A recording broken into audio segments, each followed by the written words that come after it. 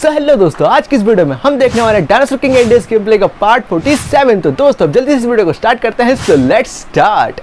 सो दोस्तों हमने पिछले एपिसोड में हमने देखा था कि मैक्स, रैक्स और जोई को सारे स्टोन फ्रैगमेंट्स मिलने के बाद वो यहाँ से कहीं चले गए थे और डॉक्टर सी उन्हें सभी जगह ढूंढ रहे थे।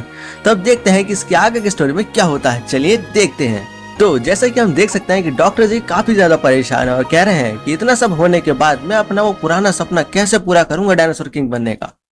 ये काफी सोचने वाली बात है। जैसे कि यहाँ पे देख सकते हैं कई दिन बाद का हमें शॉट दिखाया जा रहा है और फिर हम पहुंच चुके हैं डी लैब में। यहाँ पे हमें मिले हैं डॉक्टर टेलर। वो हमसे कह रहे हैं कि आज सुबह जब जोई की आंख खुली तो उसने देखा कि उसके जितने भी स्टोन फ्रैगमेंट्स हैं वो सब टूट चुके हैं और सब अलग अलग हो चुके हैं। आखिर ऐसा कैसे हो सकता है? स्टोन फ्रैगमेंट्स खुद ब खुद कैसे टूट सकते हैं? चलिए देखते हैं कि आगे क्या होता है। इस बारे में डॉक्टर रीज क्या कहती है। रीज यहाँ पे बता रही है ये एक थ्योरी है, लेकिन ये बहुत खतरनाक थ्योरी है। अगर स्टोन फ्रैगमेंट्स सभी टूट जाते हैं तो ये बहुत खतरा है अर्थ के लिए, क्योंकि सारे डायनासोर्स अर्थ से गायब हो जाएंगे। और ये वाकई में बहुत बुरी बात है, क्योंकि जो स्टोन फ्रैगमेंट्स की जो पावर थी तो एक सारे स्टोन फ्रैगमेंट्स को एक साथ जोड़े हुई थी। अगर वो धीरे धीरे कम हो रही है इसका मतलब हमारे स्टोन फ्रैगमेंट्स कमजोर होते जा रहे हैं। तभी जोई कहती है रीज जरा रुको, चैन की सांस लो, एक मिनट। यहाँ पर हो सकता है कि ये स्टोन फ्रैगमेंट्स गलती से मुझसे टूट गए हो या खुद ब खुद टूट गए हो। तभी रीज जोई को बताती है हो सकता है जोई तुम्हारी बात ठीक हो, लेकिन ये भी सच है अगर स्टोन फ्रैगमेंट्स की पावर धीरे धीरे कम हो रही है तो एक टाइम वो आएगा कि हमारे डायनासोर्स भी काम नहीं करेंगे। लेकिन तभी जोई रीज को बताती है रुको रीज, हो सकता है कि अल्फा गैंग के किसी एक्सपेरिमेंट की वजह से ये स्टोन फ्रैगमेंट्स वीक हो रही हो। लेकिन तभी जोई की इन बातों को सुनकर मैक्स कहता है अगर ऐसी बात है तो हमें इन बातों का ध्यान रखना होगा कि स्टोन फ्रैगमेंट्स कभी भी अल्फा गैंग के हाथों में ना जाए। तभी रैक्स मैक्स को बताता है मैक्स हमारे डायनासोर सभी सेफ हैं। और तभी अल्फा गैंग के किसी मेंबर की बहुत ही तेज वॉइस आती है टी लैब के अंदर। जोई पूछती है किसकी आवाज है। तभी मैक्स और रैक्स कहते हैं ये आवाज जरूर डॉक्टर जी की है। और जैसे कि हम देख सकते हैं कि डॉक्टर जी वापस आ चुके हैं लौटकर और वो कह रहे हैं कि मैं लेने आया हूँ बाकी के बचे हुए स्टोन फ्रैगमेंट्स को। जेंडर कह रहा है कि हम जरूर ले लेंगे। और आखिरकार जेंडर ने जोई से वो सारे स्टोन फ्रैगमेंट्स एक बार फिर छीन लिए। और जैसे कि हम देख सकते हैं स्टोन फ्रैगमेंट्स के जाने के बाद जोई काफी उदास है और यहाँ पर डॉक्टर जी बड़े ही खुश हैं और कह रहे हैं आखिरकार मुझे सारे स्टोन फ्रैगमेंट्स मिल गए, अब हमारा मिशन पूरा हुआ, अब टाइम है यहाँ से भागने का। और डॉक्टर जी यहाँ से जा चुके हैं और जेंडर को स्टोन फ्रैगमेंट्स लेकर भागता हुआ देखकर मैक्स जोर से कहता है रुको जेंडर, यहाँ वापस आओ, हमें वो सारे स्टोन वापस करो अभी के अभी। लेकिन तब तक बहुत देर हो चुकी होती है, वो सब ये लेकर भाग चुके होते हैं। तभी मैक्स टी टीम से कहता है ये समय यहाँ खड़े रहने का नहीं है, हमें यहाँ से जल्दी से भागकर अल्फा गैंग से वो स्टोन फ्रैगमेंट्स छीनने होंगे। तभी रैक्स बताता है कि वो सिर्फ स्टोन फ्रैगमेंट्स ही नहीं बल्कि जोई का साइनो शॉट भी ले गए हैं, जिससे वो सारे डायनासोर्स के साथ बहुत ही बुरा बर्ताव करेंगे। लेकिन तभी जोई मैक्स से कहती है मैक्स मेरे पास मेरे डायनासोर अब नहीं है तो हम उन्हें कैसे रोकेंगे। लेकिन तभी रीस कहती है रुको, तुम्हारे इन पत्थरों को जरा देखो तो यहाँ कुछ हो रहा है। तभी मैक्स और रैक्स देखते हैं कि उनके पत्थरों में बड़ी अजीब सी हरकत होने लगती है। लेकिन तभी स्टोन फ्रैगमेंट्स के अंदर जो डायनासोर्स की आत्मा बंद थी वो अचानक से मैक्स और रैक्स से बात करने लगती हैं और वो मैक्स को रैक्स को बताती हैं कि अगर तुम डायनासोर्स की सच में मदद करना चाहते हो तो मैं तुम्हारे स्टोन फ्रैगमेंट्स की पावर को बढ़ा देती हूँ। और जैसे कि हम देख सकते हैं कि हमारे स्टोन फ्रैगमेंट्स फिर से पहले की तरह हो चुके हैं जैसे वो पहले काम करते थे और उनकी पावर पहले से कई ज्यादा बढ़ चुकी है। तभी मैक्स रैक्स से कहता है चलो रैक्स हम हमारे डायनासोर ठीक हो गए हैं। तभी रैक्स मैक्स को बताता है मैक्स तुमने एक बात पर गौर किया, स्टोन्स ने हमारी इस बार भी मदद की है। और तभी डायनासोर्स की वो आत्मा मैक्स और रैक्स से फिर से बात करने लगती है और वो उनसे कहती है अब सब कुछ तुम्हारे हाथों में है, अब जल्दी जाओ और सभी नए डायनासोर्स और इस दुनिया को बचा लो। और इतना सब होने के बाद जैसे कि हम देखते हैं कि मैक्स काफी खुश है और वो रैक्स से कहता है चलो रैक्स अब हमारा एक और नया एडवेंचर शुरू हो गया है डायनासोर्स के साथ, चलो चलते हैं। तभी रैक्स कहता है हाँ मैक्स तुम सही कह रहे हो, चलो ये सब हमारे डायनासोर्स की हेल्प के बिना नहीं हो पाता।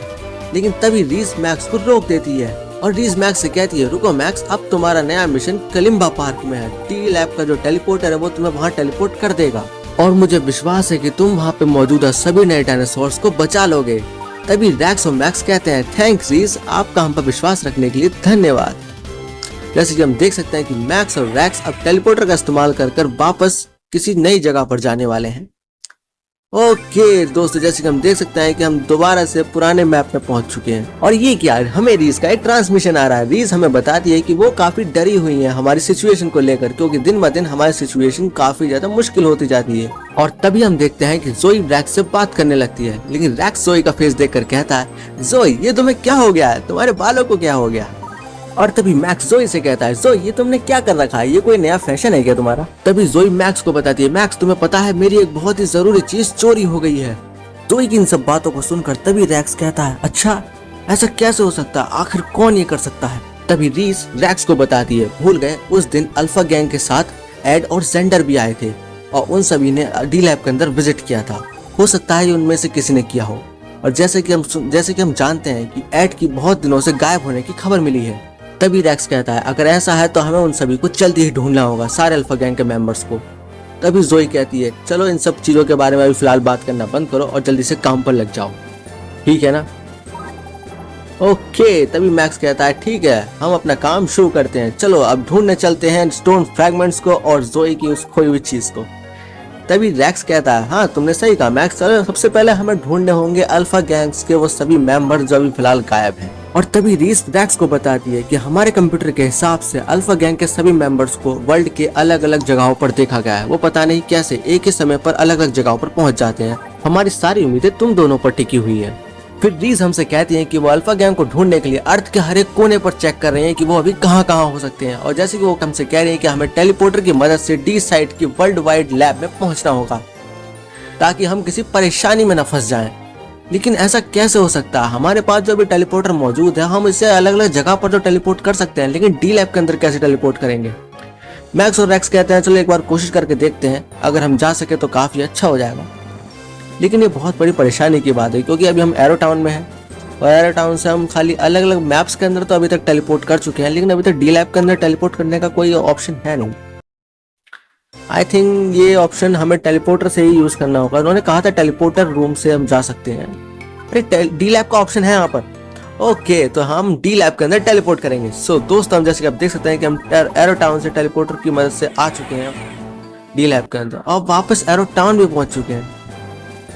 इसका मतलब हमारा टेलीपोर्टर ठीक हो गया है कि हम सब जगह पर टेलीपोर्टेशन कर सकते हैं। तो मुझे इतना तो पता लग चुका है कि मैं सभी जगह पर टेलीपोर्ट कर सकता हूँ, लेकिन मेरा डी लैब के अंदर जाने का फायदा क्या है। रीस ने मुझसे ऐसा क्यों कहा कि मैं डी लैब के अंदर जाऊं।